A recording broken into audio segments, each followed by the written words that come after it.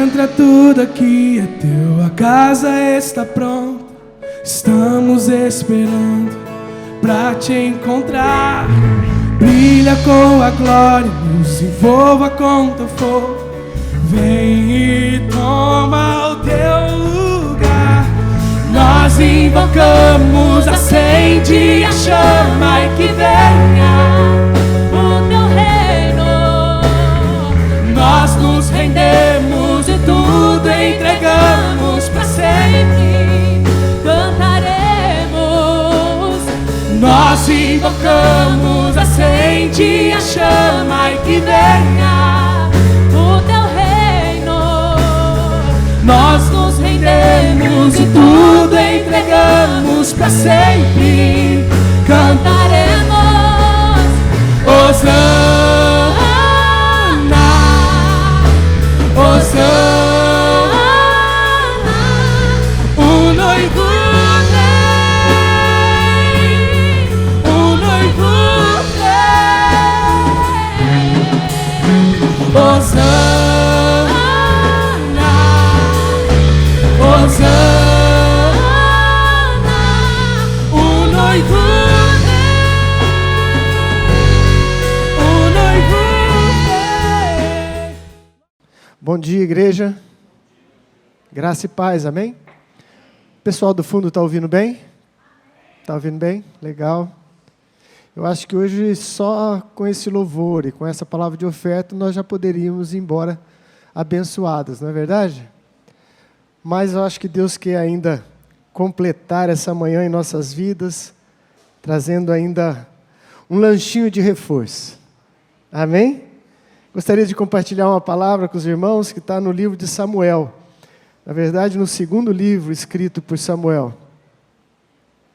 No capítulo 23. Segundo livro de Samuel, 23, 11 e 12. Está na tela aí. Pequeno texto para a gente meditar nessa manhã. Diz assim a palavra do Senhor: depois dele, Samá, filho de Agé, de Arar, os filisteus reuniram-se em Leí, onde havia uma plantação de lentilha.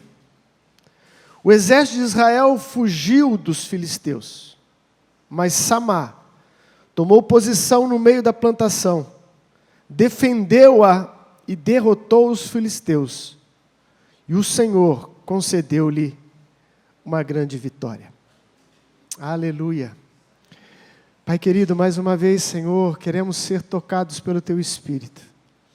Tu, Senhor, que já se manifestou no nosso meio, sentimos a Tua presença. Queremos, Senhor, sairmos daqui, ó Deus, verdadeiramente tocados, motivados e alinhados com a Tua vontade e a Tua palavra. Fale mais uma vez conosco, Senhor, nós te pedimos, em o nome de Jesus. Amém. Glória a Deus. Esse texto que nós lemos é um texto do Antigo Testamento, e a narrativa deste capítulo quase inteiro vai falar sobre os heróis de Davi, os valentes de Davi. Um período em que Davi ainda estava buscando gente para estar ao seu lado. E ao lado de Davi encostou muita gente difícil, encostou muita gente com problema, muita gente endividado, fugitivo da justiça. E a princípio o que Davi tinha era isso, um exército de fujões, um exército de gente complicada, um exército de gente que não podia ser gente da sociedade normal. Mas entre esses que se levantou para estar com Davi, a Bíblia narra, e neste capítulo, sobre alguns homens que eram diferenciados e ficaram conhecidos como os valentes de Davi. Homens amados que com a sua própria força não teriam feito o que fizeram. São feitos extraordinários, porque houve ali uma manifestação de Deus usando pessoas do Antigo Testamento, e ainda há hoje a manifestação de Deus usando homens e mulheres em nossos tempos para enfrentar batalhas. enfrentar batalhas. O tema que eu quero compartilhar com vocês, que Deus incendiou meu coração essa semana, é nunca pare de lutar. Nunca pare de lutar. Acabamos de orar aqui em favor, pedindo misericórdia de Deus, neste conflito que estamos vendo na Europa, triste. Nunca imaginei que pudéssemos ver, num mundo já tão avançado, entre aspas, novamente o surgimento de uma guerra terrível. Uma guerra que ceifa vidas, uma guerra que destrói. Não há lucro nenhum na guerra, não há ganho nenhum na guerra. Até mesmo para o vencedor, não há ganho. Esses dias eu estava conversando com o bispo, agora vale as máximas da nossa ex-presidente. Quem ganhou, não ganhou. Mas quem perdeu, também não perdeu. Essa loucura hoje está fazendo sentido, porque a guerra é isso. Quem ganha, não ganha. Não ganha nada.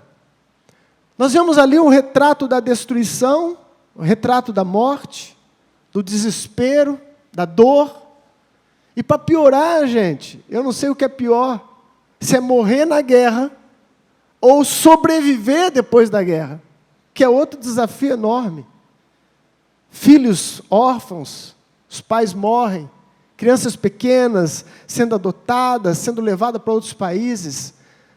O trauma emocional que essas crianças vão carregar é uma coisa muito séria. Lá na frente a gente vai ouvir as histórias de pessoas que são sobreviventes dessa guerra e que estão completamente desestruturados emocionalmente. Desestruturados. Isso é guerra. Eu, amados, eu faço de tudo para fugir de guerra. Se tem um jeito de encontrar a paz, eu sou daqueles que busco de todas as minhas forças, de todas as maneiras possíveis de encontrar a paz. Mas hoje eu quero falar com vocês acerca de uma outra guerra. E essa guerra não tem como nós fazermos cara de paisagem, nem fingir de morto, ou nem sequer tentar encontrar uma paz, porque não haverá. É uma guerra espiritual. Essa guerra espiritual, ela deu início desde a queda do homem, mas ela culminou, ela alinhou, ela fulminou na ressurreição de Jesus Cristo. Bispo, o que é isso? Ressurreição é vida. Você pregou a semana passada na Páscoa que Ele vive. Amém, Ele vive. Mas quando Jesus Cristo ressuscitou e venceu a morte, e venceu a natureza pecaminosa, nos possibilitando de herdarmos a vida eterna, na sua despedida com seus discípulos, Mateus capítulo 28, versículo 18 em diante, o Senhor diz assim: todo poder me foi dado nos céus e na terra. Amém? Lembra desse texto? Esse eu nem pedi para o nosso obreiro projetar ali.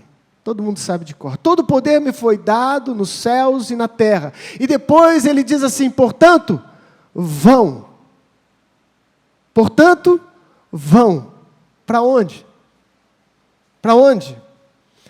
Vão para um piquenique espiritual, que a partir de agora, então, todos aqueles que creem no meu nome vão viver um deleite eterno, um balançar numa rede espiritual, aonde os problemas acabaram, onde a dor passou, onde não há mais guerra. Não, é exatamente o contrário. Ele começa dizendo o seguinte: olha, o poder está comigo. Eu sou o grande general. Lembra daquela canção que nós cantávamos e cantamos ainda? O nosso general é Cristo. É isso que ele está dizendo. Eu sou o comandante, eu sou o general. E para que vocês vão confiantes, saibam que eu tenho todo o poder nos céus e na terra. Aleluia. Mas esse chamado de Jesus, essa grande comissão, como é chamada, a comissão de Cristo para a sua igreja, para a sua noiva, para o seu povo, é um chamado para a guerra. Ai, que notícia ruim. É um chamado para a guerra. Ele está dizendo: agora vocês vão. E vocês vão levar uma palavra, e vocês vão ensinar as pessoas, que é o discipulado, e de fazer discípulo de todas as nações, batizando-os em nome do Pai, do Filho e do Espírito Santo, e ensinando-os a guardar tudo o que eu vos tenho ordenado. E depois ele completa essa palavra, nos confortando mais uma vez, dizendo: e eis que estarei convosco todos os dias, até a consumação do século. Eu vou estar com vocês. Sabe por que Jesus falou que vai estar com a gente? Porque nós precisamos do comando dele, porque ele está nos regimentando para uma guerra. É bem isso, amados. Começou a guerra. Começou a guerra. Por que é uma guerra? Porque a nossa missão, preste bem atenção nisso, é libertar os cativos do diabo. Se alguém é cativo de alguém, se alguém está prisioneiro, é porque há quem o aprisionou. Correto? Há quem o amarrou. Há quem está dominando. E Jesus fala para a sua igreja, que é ali representada pelos discípulos, dizendo: vocês serão aqueles que vão a essa batalha para libertar as pessoas do jugo diabólico do mal. Isso é guerra? Como é que eu vou chegar num lugar e libertar um prisioneiro sem guerra? Você acha que ele vai abrir a porta para mim e para você e falar: por favor, seja bem-vindo? E está aqui as pessoas que eu tenho escravizado com dor, com sofrimento, com ignorância. Estão aqui as pessoas que eu tenho cegado a visão para que eles não vejam o reino de Deus e nem o senhorio de Jesus Cristo. Mas fica à vontade. Quem que você quer levar hoje? Quer levar o Paulo? Ou melhor, quer levar o Saulo? Pode levar o Saulo, não faço questão. Já pensaram nisso? Saulo se tornou o grande apóstolo Paulo, um homem que sofreu por Cristo e levou milhares e milhares de pessoas à libertação que há no nome de Jesus. Mas para você ir lá e soltar Paulo, tem uma guerra, tem uma batalha. Portanto, meu irmão e minha irmã, você que se arregimentou, se inscreveu no exército de Cristo, não tem outra forma de viver o Evangelho, senão numa guerra espiritual. Numa guerra espiritual. Deus falou fortemente comigo essa semana acerca disso, e eu trouxe essa palavra que vai, creio eu, te alertar acerca disso. Porque muitas vezes o nosso exército está tão desapercebido da sua missão, tão desapercebido dessa guerra, que está vendo o inimigo reinando, oprimindo, na sua própria casa. E ele está fazendo cara de paisagem. Não estou vendo nada, está tudo bem. Está tudo bem. O que, ele está bebendo agora? Tudo bem. Ele está virando à noite? Não, tudo bem. Não, ele é assim, isso passa. É a fase. Ele está tendo algumas manifestações estranhas, alguns pensamentos estranhos acerca da sua sexualidade. Não, isso passa, é coisa à toa. E os crentes estão tranquilos. Tudo vai dar certo. Esse texto, amados, ele é sagrado. Ele é sagrado. Ele traz aqui 3 lições que eu quero compartilhar com vocês, para você entender o que está acontecendo ao seu redor, o que está acontecendo na sua casa, o que está acontecendo na sua vida. E a partir de hoje, em nome de Jesus, você tomar uma posição. Posso ouvir um amém? Quem quer vencer este mal em nome de Jesus? Aleluia! Não é na tua força, meu querido, mas você vai ter que fazer alguma coisa. O poder não está em você, mas você será o violão onde Deus vai entoar uma canção. Você vai ser um instrumento, onde a melodia divina vai mudar as situações. Deus precisa de um instrumento. Samá é o nome da fera. Samá é o nome deste valente. Diz o texto: que então chegou diante dele um inimigo. E ele, prontamente, o texto nos informa que foi identificado quem era o inimigo. Os filisteus. Os filisteus são o inimigo desse texto. Primeira coisa para a gente entrar numa guerra, meu querido, você tem que identificar quem são os seus inimigos. O apóstolo Paulo, ensinando a igreja sobre lutar, ele usa algumas figuras de linguagem de uma Olimpíadas da época, onde tinha luta de boxe, onde tinha uma corrida. E ele fala assim: eu não entro numa luta como quem vai esbofetear o vento. Eu não posso entrar numa luta sem ter um alvo certo, para que o meu golpe seja certeiro. Eu preciso conhecer o meu inimigo. Nós precisamos conhecer o inimigo. E eu quase não falo sobre o inimigo, o diabo. Prefiro falar mais de Deus. Mas, ao mesmo tempo, nós não podemos ignorar que é um fato que há um inimigo. A Bíblia fala de 2 inimigos que nós temos que guerrear. Todos nós. Amém? Você é cristão? Você entregou a vida a Cristo? Tem uma guerra. Tem 2 inimigos. O primeiro dele é a nossa natureza. É um inimigo interno. É um inimigo conhecido na Bíblia como carne. Que são apetites que insurgem dentro da gente de uma natureza decaída. Essa é a nossa natureza decaída. Paulo fala aos Gálatas, no capítulo 5, versículo 17, está sendo projetado aqui. Pois a carne deseja o que é contrário ao Espírito, e o Espírito o que é contrário à carne. Eles estão em conflito um com o outro, de modo que vocês não fazem o que desejam. Essa é a primeira guerra a ser travada. Essa é a primeira luta contra um inimigo que você carrega ele dia e noite. Podemos dizer que você dorme com o inimigo. Acho que tem um filme assim, né? Dormindo com o inimigo. É a sua natureza, meu irmão. Bispo, isso foi feito assim? Deus fez? Não. Entrou com o pecado. Entrou com o pecado. E quando o pecado entrou na raça humana, ele distorceu algumas coisas e introduziu em nós essa natureza pecaminosa. É a nossa carne. Mas é um inimigo. E você precisa ver este inimigo e entender que este inimigo precisa ser combatido. Precisa ser combatido. Para com essa historinha, eu nasci assim, quem quiser que me aceite como eu sou. Você é um cristão? Você tem que combater a sua natureza pecaminosa. Deus não te fez egoísta.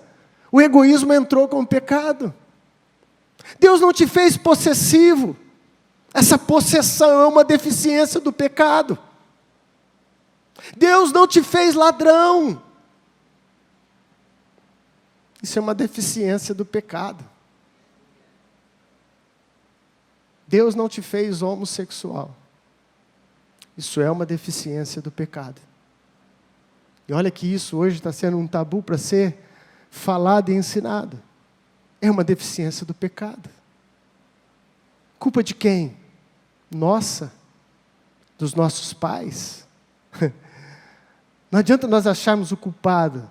Nós temos a solução e temos uma vitória garantida, que é a vitória que há no nome de Jesus. Mas você não pode trazer para o seu seio este inimigo, acalentar ele e dizer: eu sou assim. Quando você está em Cristo, diz a palavra de Deus, você se torna ou deve se tornar uma nova criatura. As coisas velhas se passaram. Bispo, mas como que é isso? Vai morrer isso mesmo? Eu nunca mais terei esse sentimento? Não, não é assim. Com relação a este inimigo chamado carne, natureza pecaminosa, ela continua em nós, instalada no nosso ser, e só nos desvencilharemos dela quando estivermos num corpo glorificado na volta do nosso Senhor Jesus. Bispo, então o que eu faço com esse inimigo? Crucifica ele. Pega ele todo dia cedo e fala assim: velho homem, vai para a cruz onde é o seu lugar. Vai para a cruz onde é o seu lugar. Mas não tem mais, não tem menos. Você agora tem que ser uma cópia do seu Senhor e Salvador Jesus Cristo. Ele é o modelo da piedade, Ele é o modelo do amor, Ele é o modelo do perdão, Ele é o modelo da graça, Ele é o modelo do novo homem criado segundo a palavra de Deus. Pega a tua carne, meu irmão, ele é um inimigo. Diz o texto, ele vai sempre lutar contra o Espírito. O que é isso? É as coisas de Deus. É as coisas de Deus. É o espiritual, é a direção do Espírito. A carne vai militar contra. Não adianta você expulsar o demônio da preguiça. Eu me lembro dos jovens da minha época, eles sempre tinham isso. Essas brincadeiras. Eu repreendo esse espírito de sem graceza. Já repreendeu o espírito de sem graceza? Talvez não seja um espírito sem graceza. E sim uma natureza que você ainda não entendeu, que precisa ser vencida. Como que eu consigo isso, bispo? Com a graça de Deus. Com a graça de Deus. Mas se você proteger ela, você está dizendo para Deus: eu não quero que ela vá para a cruz. Se você proteger isso, se você advogar a sua própria causa, você não vai conseguir vencer essa carne. E você vai se tornar, o que a Bíblia diz, um crente carnal. São os piores que tem. Crente carnal é pior do que pessoas do mundo. É pior. Porque eles estão em cima de um muro e eles não são nem espirituais e nem os mais vil pecadores. Mas é aquela coisa, uma balança que vai sempre pender para ser ruim. Vença a sua carne, meu irmão. Vença a sua carne. Teu corpo está com preguiça. Chacoalhe o seu esqueleto, se ponha de pé. Não adianta repreender o diabo, é você que tem que falar: hora de trabalhar. Hora de trabalhar, corpinho carnal. Vamos embora. Posso ouvir um amém? Aí você aplica para as outras áreas. Esse egoísmo, esse ciúme doentio, essa possessão, esse defeito que você carrega já há anos de querer comandar todas as coisas. Tudo tem que ser do seu jeito. Se não for do teu jeito, se não for para o restaurante que você quer, se não comer o que você quer, se não fizer o que você quer, para, meu irmão, você não é o Deus dessa pessoa. Você não é o Deus dela, não. Deixa as pessoas escolherem. Deixa as pessoas também vencerem as suas naturezas. O segundo inimigo que a Bíblia fala é o cão, o diabo, o cão rabugento. E diz lá em Efésios: pois a nossa luta não é contra pessoas, mas contra os poderes, autoridades, dominadores deste mundo de trevas, contra as forças espirituais do mal nas regiões celestiais. Como eu disse, eu não gosto muito de ficar falando muito nele, porque parece que algumas pessoas exaltam mais ele do que Deus. Mas ao mesmo tempo tem que ter um equilíbrio nisso. Você tem que saber que ele existe, que é o seu inimigo. É o inimigo da cruz. É o inimigo do Evangelho. É o inimigo das coisas de Deus. E às vezes este inimigo, ele incorpora. Às vezes ele incorpora em autoridades, em governos. O Spinaldo fez um estudo maravilhoso, com a profundidade que só ele sabe fazer, sobre esses principados e potestades. Eles incorporam nos poderes. Mas é um inimigo nosso de cada dia. É o diabo. Quando Paulo fala aos Efésios que a nossa luta não é contra carne e sangue, ele está tentando nos levar a uma visão correta dessa batalha. Porque às vezes você está brigando com o seu patrão. Às vezes você está brigando com o seu esposo, com a sua esposa. Você está brigando com o seu vizinho. Você está brigando com pessoas. Mas muitas das vezes é algo espiritual. Muitas das vezes é um inimigo das nossas almas, que vai agir através do quê? De pessoas. De pessoas. Da mesma maneira que Deus usa-nos, no bom sentido da palavra, ser usado por Deus, o inimigo também usa pessoas. Ele usa pessoas. Com o fim de trazer morte, dor, separação, brigas, contendas. Portanto, essa é a guerra, meu irmão, em que não tem como fugir dela.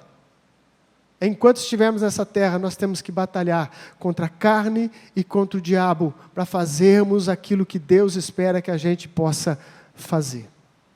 Amém? Então identifique em primeiro lugar quem é o inimigo. Para de dar murro em ponta de faca.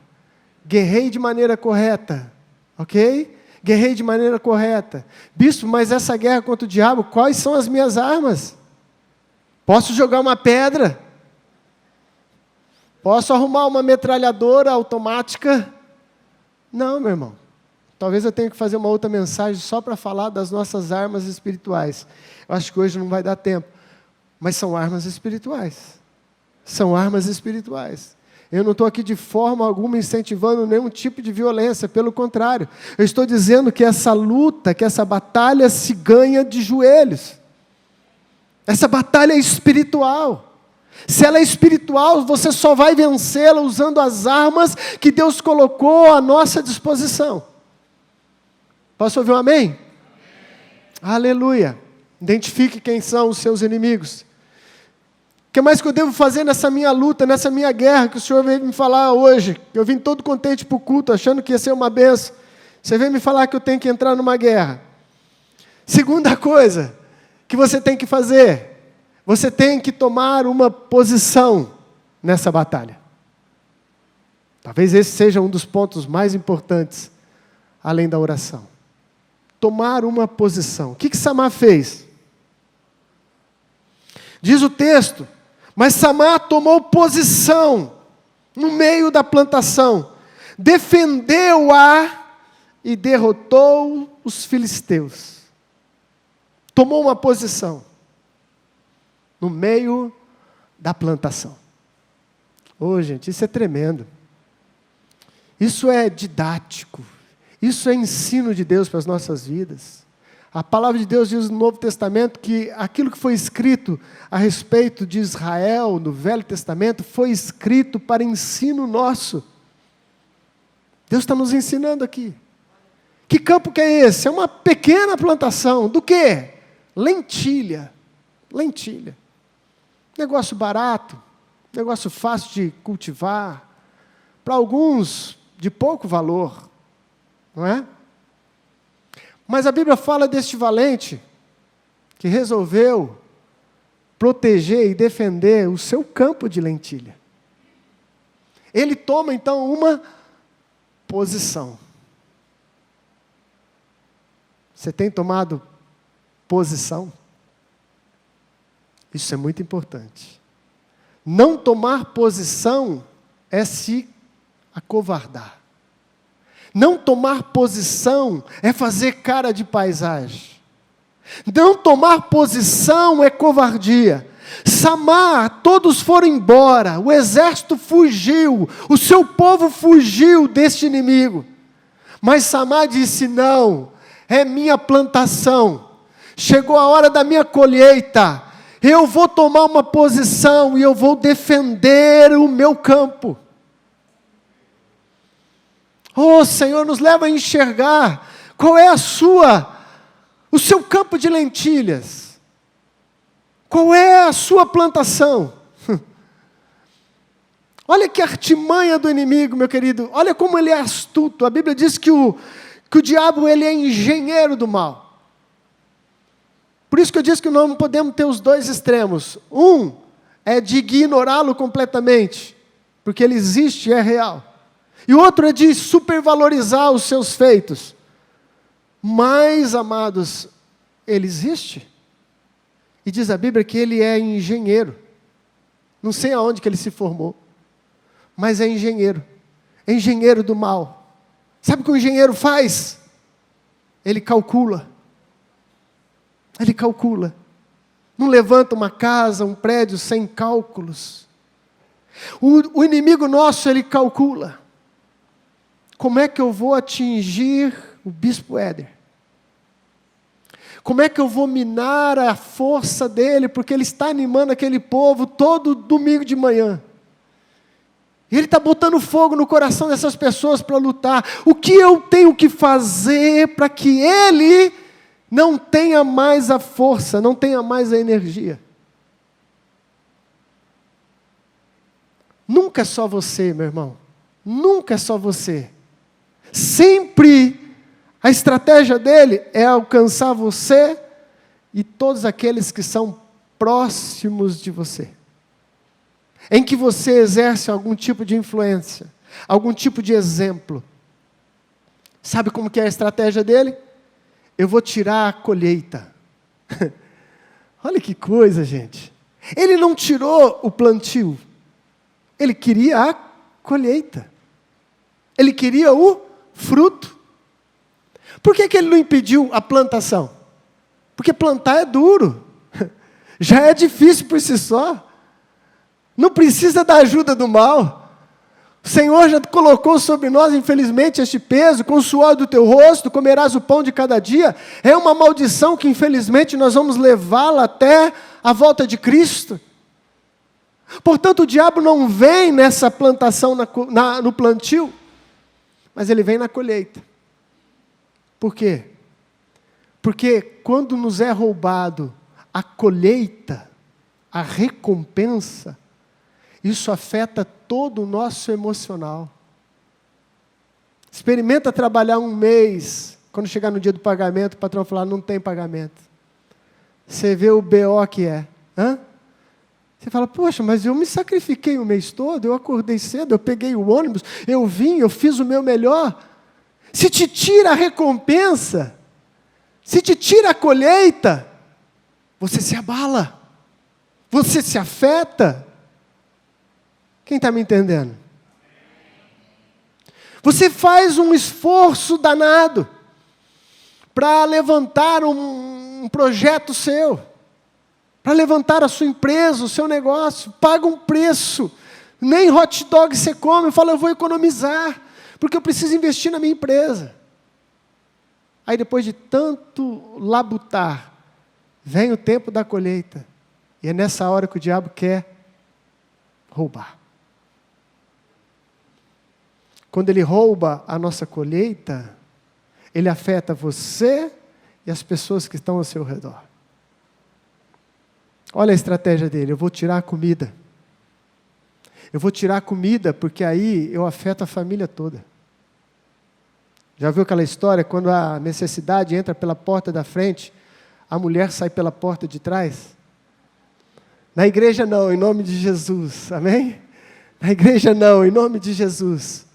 Mas é uma realidade, entra a crise, entra a falta, entra o desespero.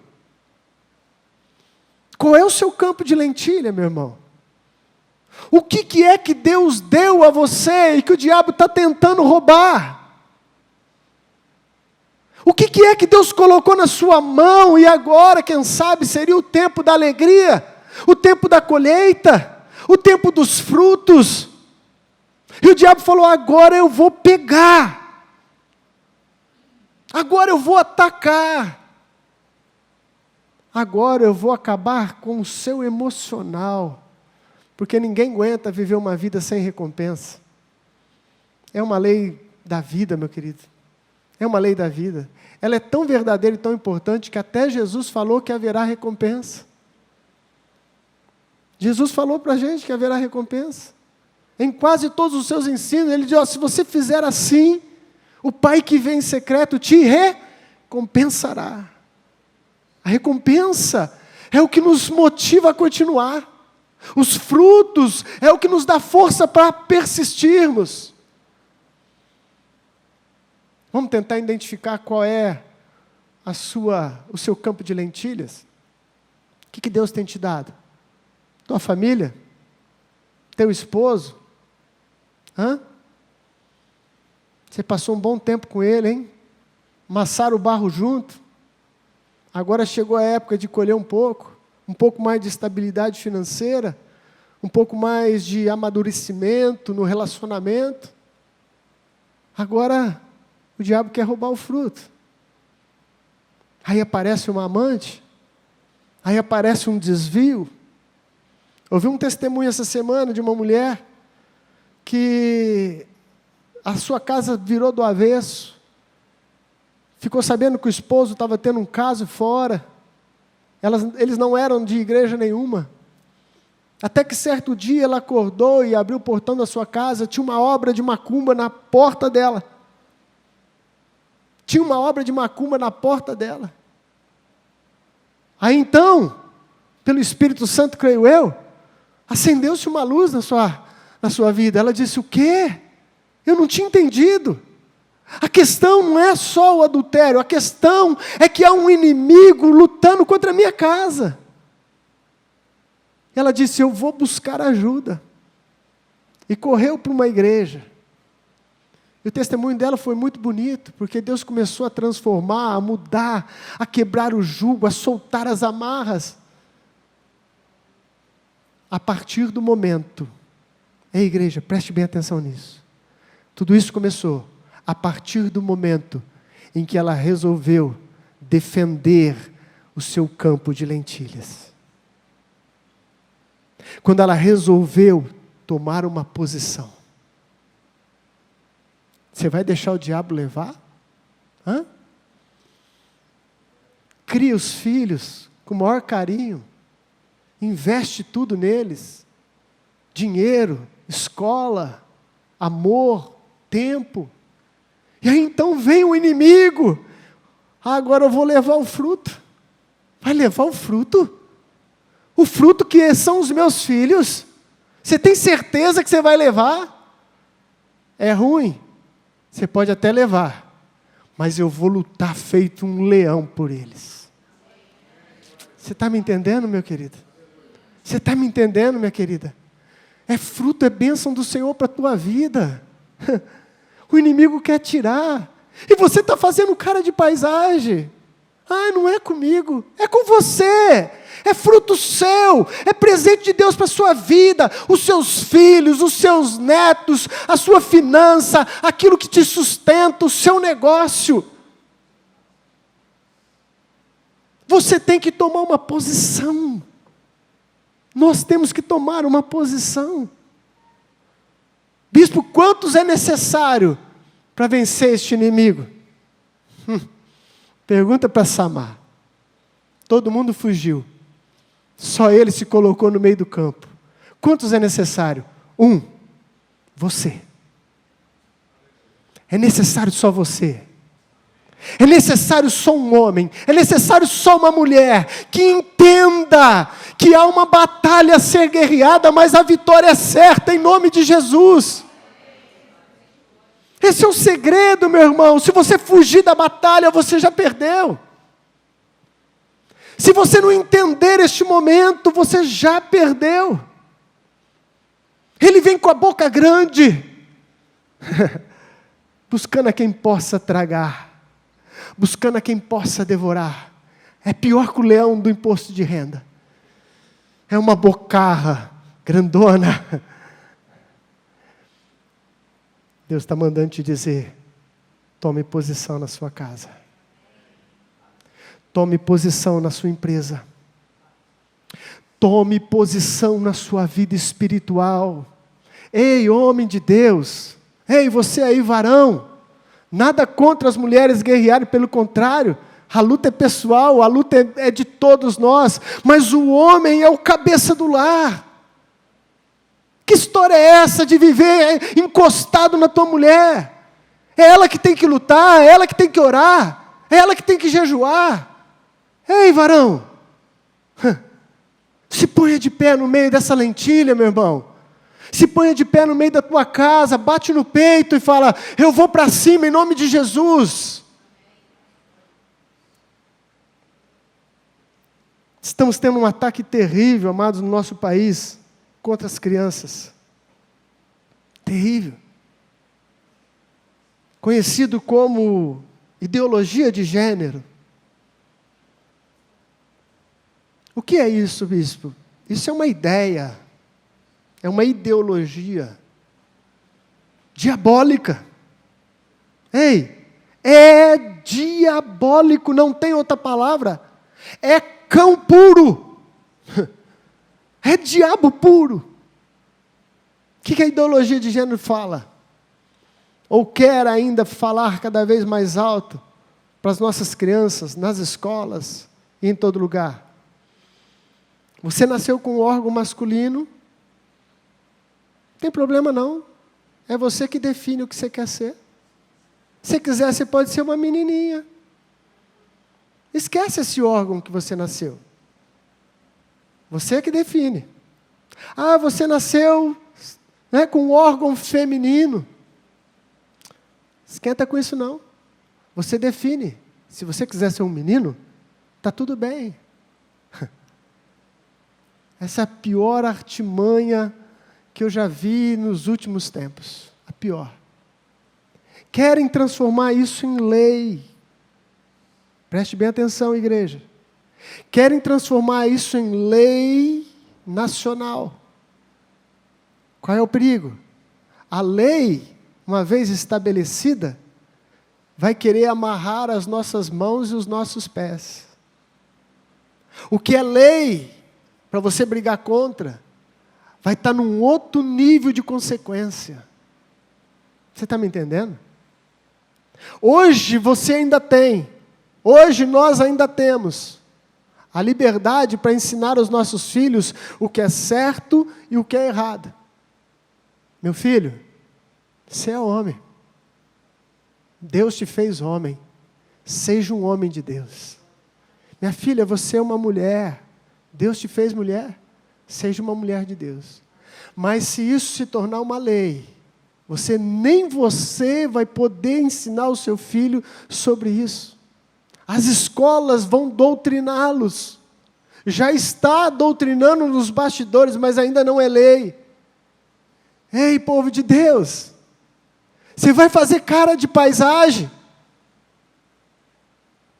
Estão querendo levar os seus filhos? Você vai fazer cara de paisagem? Ah, não. É coisa da adolescência. Ah, não, é coisa que depois muda. Entenda essa palavra hoje, meu querido. Há uma guerra e Deus está esperando o seu povo tomar uma posição. Vai ter briga? Vai, sempre teve. Sempre teve, meu irmão. Entre o mal e o bem, entre as trevas e a luz, sempre teve. Se você não quiser fazer parte dessa luta, só tem um outro caminho, que é o caminho daqueles que não querem o reino de Deus. Das duas, uma, você escolhe. E fazendo um gancho, este ano é um ano de decisão novamente. Não tem homens perfeitos, gente, que estão no poder. Não tem. Estão cheios de falhas, cheios disso, cheios daquilo. Não concordo com um monte de coisa do nosso governo atual. Mas, acima disso, há uma guerra muito terrível sendo travada. E nessas eleições, você e eu novamente temos que saber escolher entre aqueles que defendem o reino de Deus e os princípios da palavra, contra aqueles que vão exatamente contra o reino de Deus e os princípios da palavra. Quem você vai votar é você que vê. Eu só estou te dizendo que você deve saber que há uma guerra. E que se você não estiver posicionado, você vai dar milho para bode. Já ouviu esse ditado, dar milho para bode? Dar milho para bode é assim, é lógico que ele vai comer. É lógico. É alimentar a cobra. Você vai alimentar uma cobra que depois ela mesma vai se enrolar no seu pescoço. E vai querer os seus filhos. Isso é muito sério, gente. Samar, se pôs no meio da plantação. Pode levar, mas eu vou lutar até o fim por aquilo que Deus me deu. Lute pela sua família, lute pelos seus filhos, lute com as guerras espirituais. Nós não fazemos filho para encher o inferno, nós fazemos filhos para o reino de Deus. Amém, igreja? Eu quero os meus filhos comigo, servindo a Deus. Eu quero os meus netos crescendo na igreja, servindo a Deus. Mas há uma guerra tremenda lá fora, meu irmão.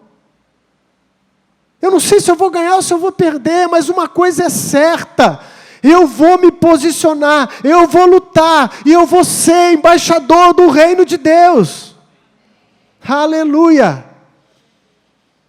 Cadê os samás do nosso tempo? Cadê os guerreiros de Deus? Toma uma posição, meu irmão. Saia de cima deste muro. Já ouviu aquela historinha? Nossa, o tempo passou rápido. Já viu aquela historinha do cara que estava em cima de um muro? Ele estava se decidindo se ele pulava para o lado de cá, que era o céu, ou se ele pulava para o lado de lá, que era o inferno.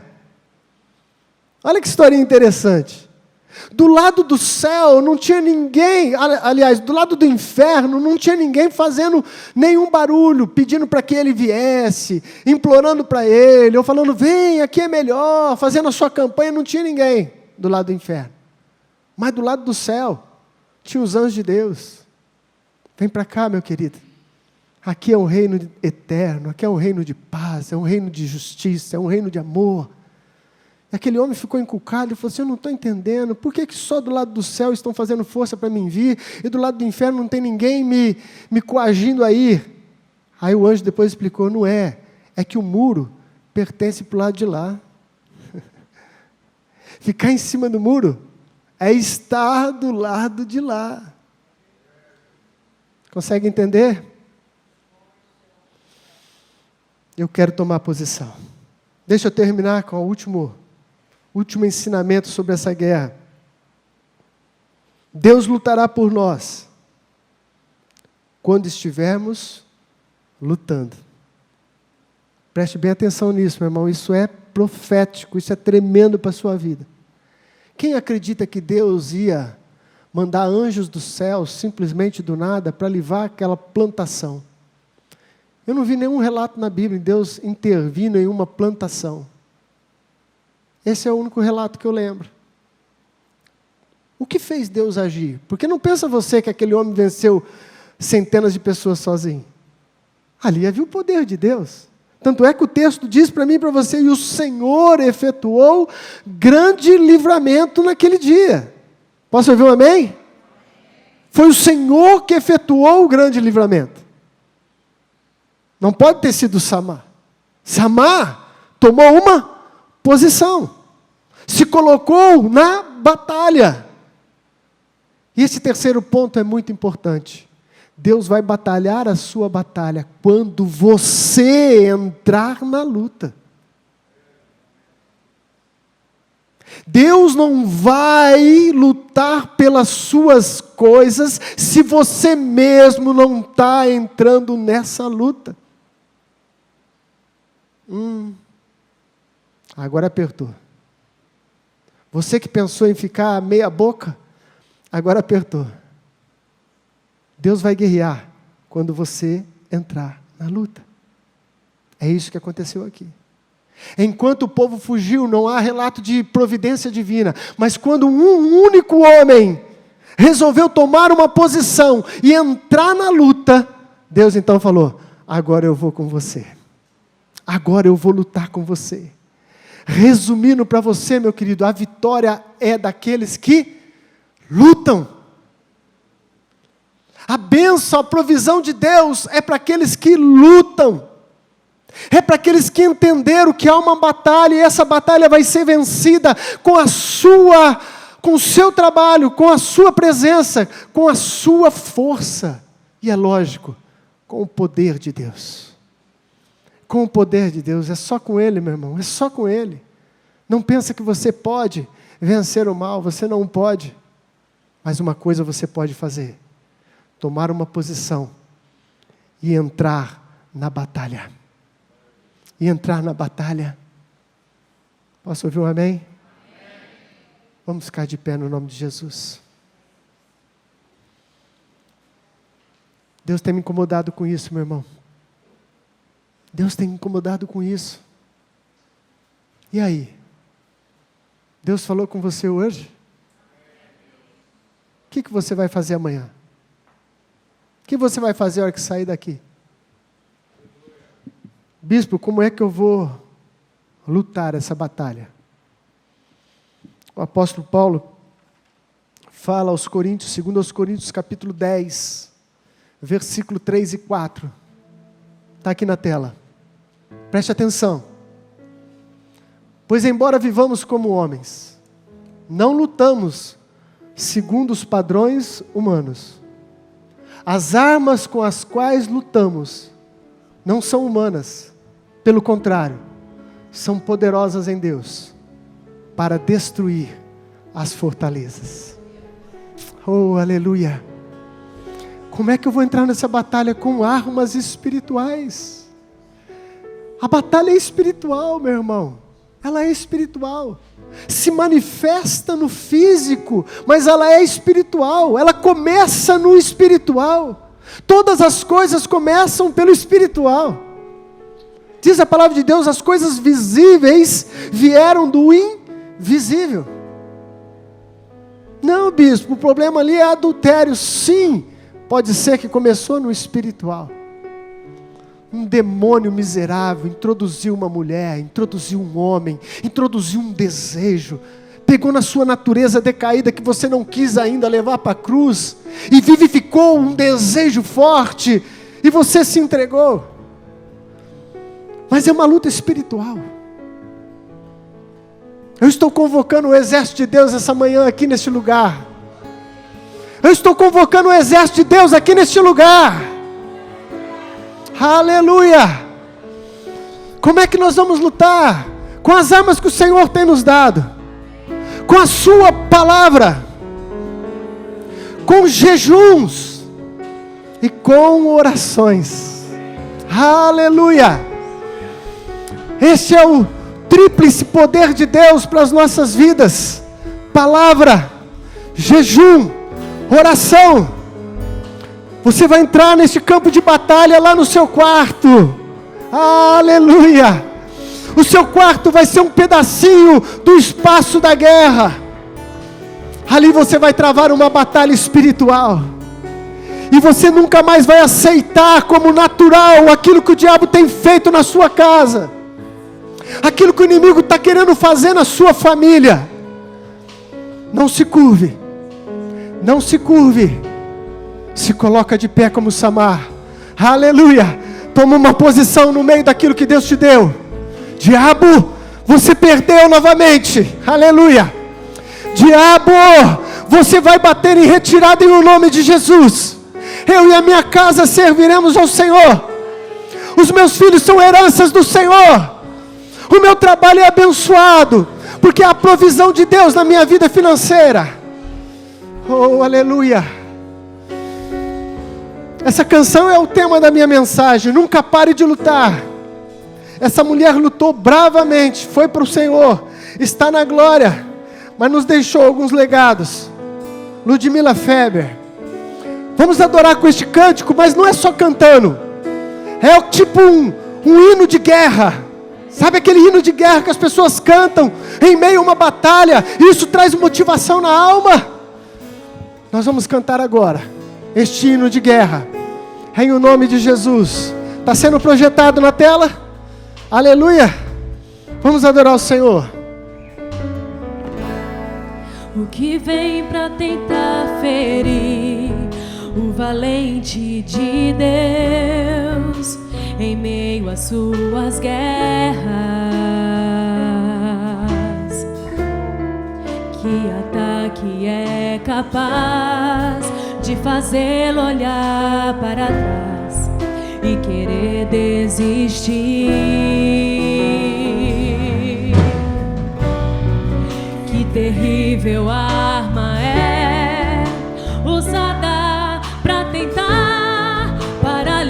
a sua fé.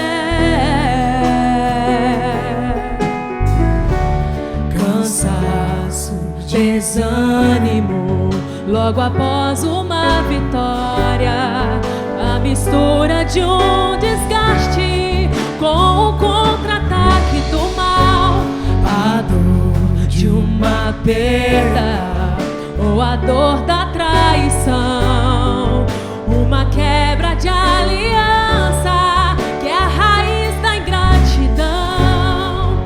Se alguém está assim, preste muita atenção, ouça o que vem do coração de Deus.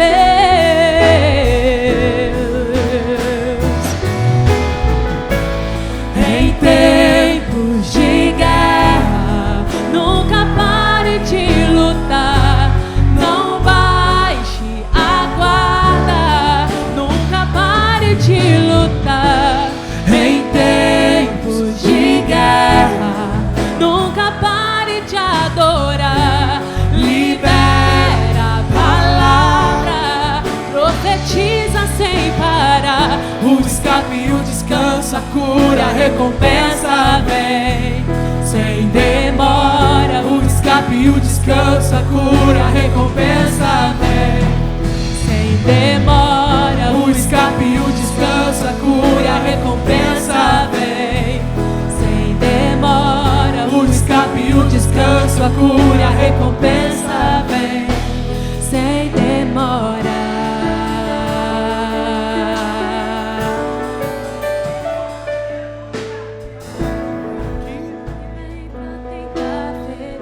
Vamos no refrão do tempo de guerra novamente?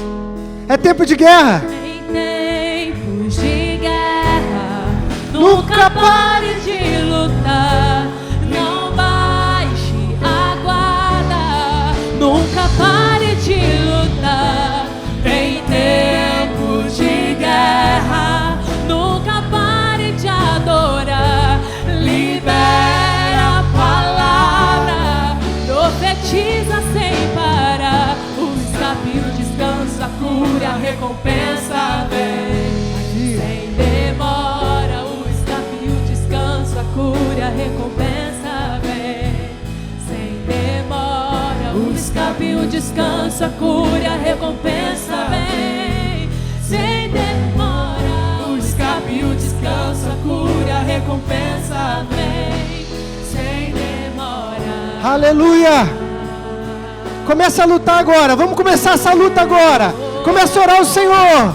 Pai amado, em nome de Jesus, entramos na Tua presença, Senhor. Nós nos posicionamos, ó Pai. Nós nos posicionamos agora, em o nome de Jesus. Em tempos de guerra, nunca pare de adorar, libera a palavra, profetiza sem parar. O escape, o descanso, a cura, a recompensa vem sem demora. O escape, o descanso, a cura, a recompensa vem sem demora.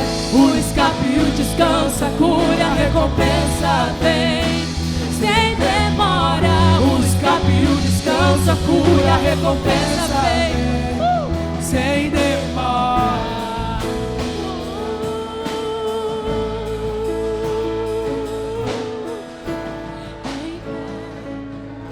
Aleluia. Eis que estarei convosco todos os dias. Eis que estarei convosco todos os dias. Pode ser que seja só você na sua casa, mas você e o Senhor é a maioria. Começa a declarar vitória sobre a sua família, vitória sobre o seu negócio. Este mal vai sair, essa cura vai brotar, este filho vai voltar. Pai, em nome de Jesus, em nome de Jesus, nós profetizamos, Senhor, que o diabo está derrotado em nossas casas, que o inimigo está derrotado no nosso negócio, na nossa família. O inimigo está derrotado em o nome de Jesus. Em o nome de Jesus. Em o nome de Jesus. Em o nome de Jesus. Oh, aleluia.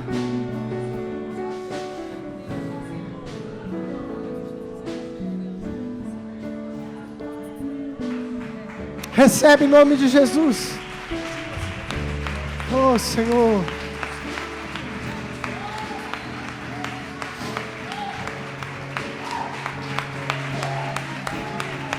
Cadê os valentes de Deus? Aleluia! Construir minha vida em ti. Aleluia! És meu fundamento. Eu vou confiar somente em ti. Não vou ser abalado. Santo, és incomparável, és inigualável.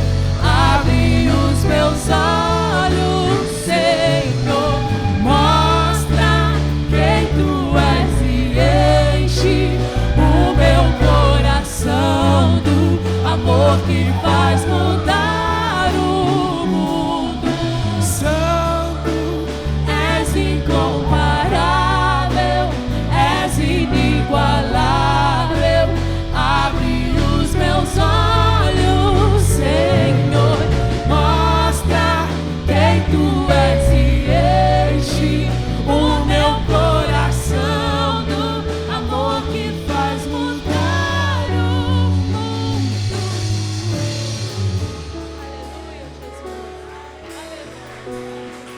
Toma posse, meu irmão.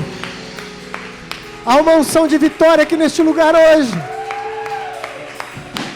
Há uma unção de vitória sobre a sua vida. Diga, eu sou valente de Deus. Diga aí. Eu sou um valente de Deus. Eu sou um valente do reino de Deus.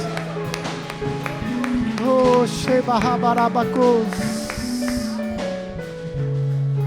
Erga tua mão para o céu, meu irmão. Que o grande amor de Deus Pai, a graça do nosso Senhor Jesus Cristo e a doce presença do Espírito Santo esteja conosco, com todo o povo de Deus, hoje e para sempre. Amém.